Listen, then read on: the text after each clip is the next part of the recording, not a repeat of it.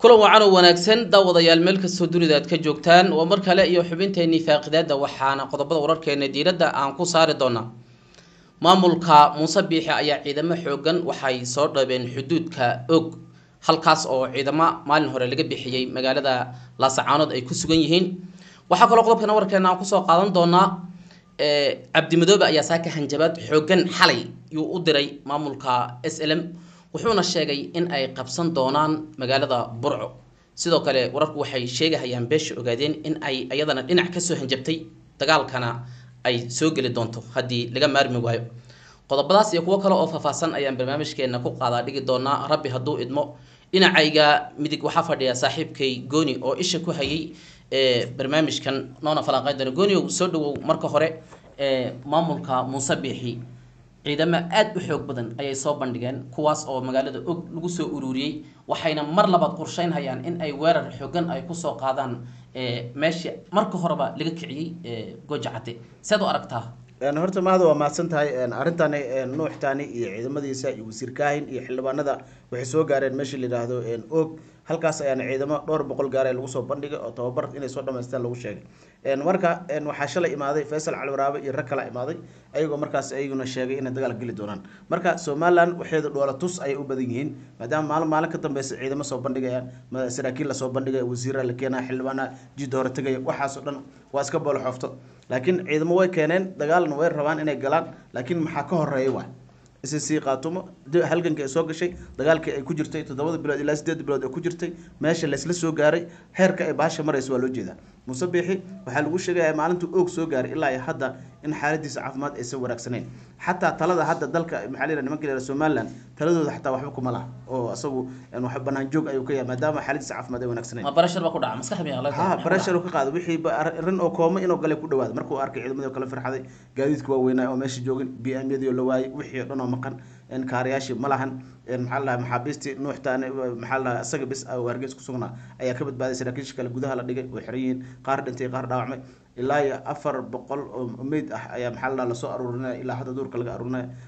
dhimashada iyo dhaawaca ilaa 600 700 isku gaarayaan taas marka waxyaabahaas oo dhan ku wareerooday wuxuu aamini waayay noqotay marka arinta hadda marka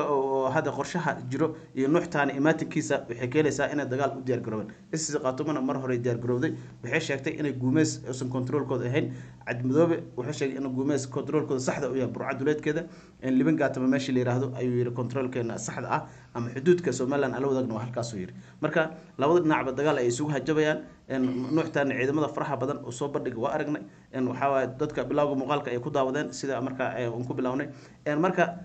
waxa la dhihi karaa dagaal meesha uu ka dhaca laakiin yaa guuleysanaya la isweydiina isii qaatumo way ka moraal badan yihiin sidoo hore way ka ciidamo badan yihiin xalay ciidamada ka soo baxay gaalkacyo oo soo gaaray maanta Laascaanood kuwa kale waxay ka imaadeen Buuhoodle iyo deegaano kale ciidamadu waa sii badanayaan marka Muuse Biixi dad aan midaysnayn iyo qabiilada isdagaalayo habar jacel iyo garxajis gooni soo dagaalayaan waxa la yiraahdaa dadka habar awal iyo mis fahansano iyo waxa la yiraahdaa habar jacel waxay waa kala socdaan siyaasadii kala lumisay taageero ma haystaan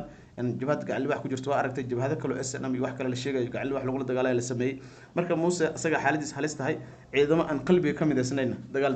ma galayaan maado waxaan arkaynay oo kaamiradu ay qabanaysay ciidamada maanta lagu soo ururiyay og ayuu gaariyaal waaraadyo waaweyn lagu wado qayb kamid ah oo inta gaariga ka dhaceen baxsan haya oo asagoo fakan haya la soo celinay marka taas waxay ku tusisaa inay yihiin dadkan dad la soo khasbay oo dhalinyaro ah oo dadkii suuqa joogay oo la soo ururiyay dhalinyaradii wax baranaysay kuwa qaadadka iska cunayay kuwa xamaalanayo intii la soo ururiyay la rabo in dagaalka xoog loo galiyo maadaama laab la kac waxooda uu yahay ayna ka soo waaqsan laayihiin dhibaatadii ka soo gaadhay magaalada Laascaanood iyo jabka ku dhacay oo arkaynay ilaa 12 maalmood oo maanta ugu dambeysay xitaa waxa la ururin hayaa oo hay'adda Bishcas ay ururinaysaa magaalada duleedkeeda iyo wadooyinkii ilaa iyo inta u dhaxaysa og ilaa Laascaanood dadkii baa daasan oo meydad marka dadkan hadda la soo gelinayo dhalinyarada la wado dagaalka maxay ka bedeli karaan qaabkay wax u dhigi karaan uu soo galiyay maxay qaban karaan dadka maxay qaban karaan baasleed horta dagaal samar labaad la qaban doona dagaal horta marka la qaadayo ma sahlano dagaalku waa culus yahay waatan dawladda Soomaaliya hadda muddo dhowr bilood ay leedahay dagaal qaadayna si gurgurinayso soo gurgurinayso dagaal ma sahlano xaaladdu way ka daraysaa Muuse Biixi dagaal oo lama filaan ah iyo arrin kadisa ku dhacday رئيس قاتمنا هيرك إيجارين ووجدنا حالي عد مدو وحشري هل كان كأساسية كجرت إنه قبل عضي إن محلها جبر سوماليات أو قلبه رئيسية إن جاري الجرسية أو لقطة اللي جبيه كده باللقطة وقدام بنت اللي جوي هبينك جبر ناس لقطة اللي جبيه أنا وهي دي قدام بيسود واسيحة marka wuxuu yiri ciidamada halkaas aan ka soo bilaabnay rajib hadda buu la soo gaxay ilaa haddana wali waan ku jiraa yiri halkankina ma dhamaan marka waxa dareemi kartaa SSC meeshii ka soo tageen dhagax tuur meel laga bilaabay haddana gantaale iyo madaafiic marayso waa dareemi kartaa nuux taani iyo Faysal Cali Raab shalay way sigteen ayagoo isku day inay ooginta dhaafaan dhanka guumeys aadana duqeyn lagu bilaabo marka in ma jirto sabab loogu dhaqaaqo karo halkaas ciidamo infantry oo fara badan oo waardiye lagu soo qaaday musabix woo keenay marka infantrygaas faraha badan waxay keenay ciidamadu inay farxadaan ciidamada gaadiidka dagaalka inay wataan oo markay dagaal galayaan ay isku kalsoonaadaan oo maxaa la dhahaa saf balaaran ku dagaalamaan ayaa la rabaa laakiin ciidamo haddan bayo gaariyaasha saaran ka cararayo oo ka daadanayo xog lagu soo kaxay hadhow markii ciidan kale inta laga horgeeyo xabada ay ninkii saaxiibkaaga yaal ay arkaan bahashona ay si fiican isku dhacdo maxaad u malayn kartaa ma dagaalami doonaan daweys dhibayaan hadda rabaan isku dhibayaan xaaladda markay adkaato hadda ciidamada hore isku dhibay inta la xiray maahan ciidamo kale waxa jira baxsaday oo xuduudaha gooyay sida Ethiopia Kenya u baxsaday oo wadamadaas taariib sii aaday waan ku soo laaban karay Soomaaliya mar dhaxda waxa la sheegay dawladeenka Soomaalida magaalada Jigjiga inay qayb kamid ah lagu qabtay rag saraakiila oo baxsad ah oo dagaalka diidan oo lacag wata oo raba inay baasaboor loo gooyo wadanka ka baxaan laakiin si deegaanka Soomaalida soo qabtay si la sheegay uu soo gacan galiyay Muuse bixi uu celiyeen sababtoo xiriir ka dhaxeeyo markii ciidamada ay ka goostaan ama dad la tuhmay ay u goostaan dhanka Soomaaliland ان والله سوق قبطاء ودول دجان كلا سوق عليا كوارنا سيدو كلا وايجنا دول وحيو عليا ماملك مصبيح كواس وحريين وحرجا ملح مركا أنت ماشي طالع وحيتها مصبيح يعني سديد بلاد وضد مساكينة أو دقين يا مدافع أو جراعي كذب ما قبان كرا إنه مرة لما تقول جعدي إلى ساعات كوسو لابتو ومايا جواب تاسو مسهل لأنه أيوة وحيليهين إذا ما ضمنت وحي ولا در درمين وإن تقول كانتان سنة نحتاج وجه جسك مقطع أما هذا الجسك مقطع وحوله هو إن تقول كانتان dadkana aad ka farxisaan farxad aad noo keentaan aad u dhiirigelinay ayagana sacab bay tubahayeen inkastoo laga yaabo hadda waxay falayna warweynin ma ciidamadu hadda waa sax in ciidana marka la hogaamin horta waxa fiican taliyaasha inay wax hogaamiyaan taliyaashii guutada 10aad 12aad maad cabash guutada 7aad oo maqan yahay kii 12aad uu xiran yahay guutadii maxaa la lahaa 13aad uu xiran yahay taliyaha isii haysato Faysal Cali Bota isii haysato marka waxay u baahan yihiin taliyaal unug oo gooni ah in loo sameeyo ama urur marka waa arag dawladda Soomaaliya markay dagaalamayso taliyaasha group 6 7 saasa wax loo kala socodsiya taliyaasha way dhax socdaan oo Soomaaliya markay aragto way dagaalamayaan shabaab kala dagaalamay taliyaasha dhax socdo laakiin meeshan taliyaasha dhax socdo ma lahan gooja cad la iska gali jiray qaadka la iska cuni jiray ficil la tuuri jiray markay marqaanka gaara dhowr iyo 10 madfac la tuuri jiray dagaal weyn oo hadda mees ka dhici jiray ma jiro marka xaaladaas oo kale ma suuragelayso dagaalka hadda uu soo qaaday Muuse bixin kii hore uu ka duwan yahay isii xoogaystay gurmadii heshay ciidamo cusub heshay oo isku tashatay dhaqaale soo gaaray Cabdisaaq Khaliif wuxuu ku sugan yahay Muqdisho dhaqaalihii budgetka isii qaatum lagu talagalay soo xareynaya garaad jaamac wuxuu ku sugan yahay Addis Ababa dhaqaale uu keenaya ciidamada moraalkoodu dhisan yahay gooni meeshaas hadii aan su'aal ka weydiiyo Cabdisaaq Khaliif waxa leedahay dawladda federaalka ayuu u doonay oo wax ka soo qaadaya garaadkiina uu tagay oo asagana Addis Ababa asagana hadda ayuu ku maqan yahay asagana sidoo kale madaxweynaha la doortay muxuu qabanaya madaxweynaha la doortay wuxuu leeyahay howla u taal madaxweyne Firdhiye shaqo badan u taalo magaalada dib u xoreynteedii waa la xoreeyay qashinka in laga saaro magaalada hubka laga bixiyo dadka shacabka la ogaado waxyaabaha magaalada ka jira waa inuu ogaadaa marka asagoo la taliyaal iyo dad dhaqaaq sameeyo ayuu leeyahay garaadka iyo waa isku xiran yihiin Cabdisaaq Khaliif in waana ragga mustaqbalka hogaamin doona Cabdisaaq Khaliif waa madaxweynaha mustaqbalka dambe hadduu Ilaahay raado sida la qorsheenayo marka arintaas waxay keenaysaa in maxaa la yiraahdaa dhibaato aysan mees ka dhicin oo isfaham buuxa wax lagu qabto isii qaato dad isgarabsaday oo dal iyo dibadba isgarabsaday ay noqdeen waa arkaynay Mareykanka ilaa Yurub ilaa Afrika sida ay dadka u soo dhaweynayeen halganka isii ay galeen oo waliba dadka Soomaaliyeed oo kala harin inay taageerayeen dadka calanka Soomaaliyeed wado ayaa mar walba taageerada leh qofka calanka Soomaaliyeed diidayna taageero ma helayo marka Muuse saas ku fashilan yahay waxaan arki doonaa Muuse bixi oo ka tanaasula dagaalka oo hadda rabo inuu la galo maxalli isii qaatumo kadib markuu fashil labaad la kulmo asaga iska joojin doona hadii la yiraahdo waad mahadsantahay gooniyo dhinacay hadii aan u leexano maamulka SLM ila gudihiisa yaan hadda ka hadlayna oo ku dhex jirnaa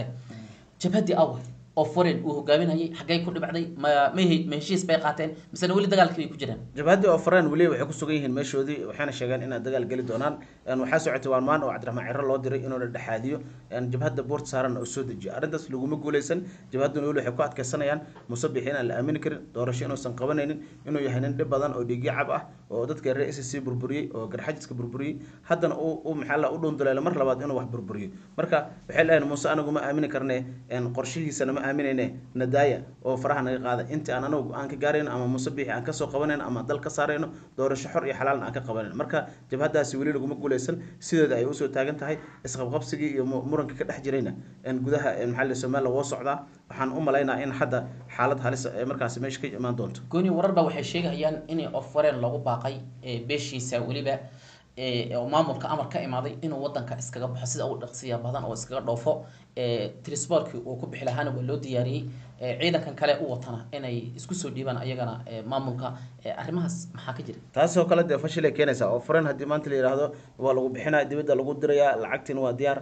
farahana kala baxa diyaarinta hadii la yiraahdo rag fara badan oo la soo halgamay oo duurka la galay ayaa hadhow waxay noqon doontaa Musabix inuu harcad qarramsado hadii ciidamadaas faraha badan ee asagoo la halgamay ee dagaalka la galay intuu ka tago oo ka dhoofo raggaasna markaas la burburiyo ama la laayo Musabix kolba walayn doona ma deyn doona dhibaato ay noqon doontaa halganka ay galeen fashil ay noqon doonaa oo fareen uu ku ciibi doona arrintaas laakiin hadii taas sax inay tahay ilama ahani hadayta barnaamijkeena bilowgiisay waxa ku jiray in hanjabad ay ka imaatay beesha ogaadeen oo dagaalka hadduu sidan ku socdo ay soo gali doonaan arrinta maxaa ka jira beesha ogaadeen maanta way hadashay waxayna sheegeen in mar walba ay maqlayeen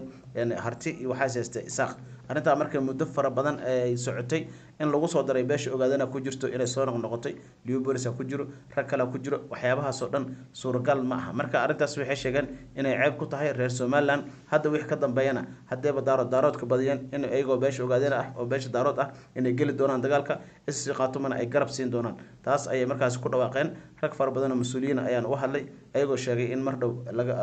xuduudkooda oo noqon doono in libanka tamo oo dawladka Burca in la isku wareysan doono haday dagaalka soo galaan aad iyo aad baad umahadsan tahay kaasi wuxuu ahaa gooni oo barnaamijkeena ka falanqoonayay ikhtiyaarta hawada nagala socotay meel kasta aad joogtaan waxaan idin leenahay sidaas iyo nabadgelyo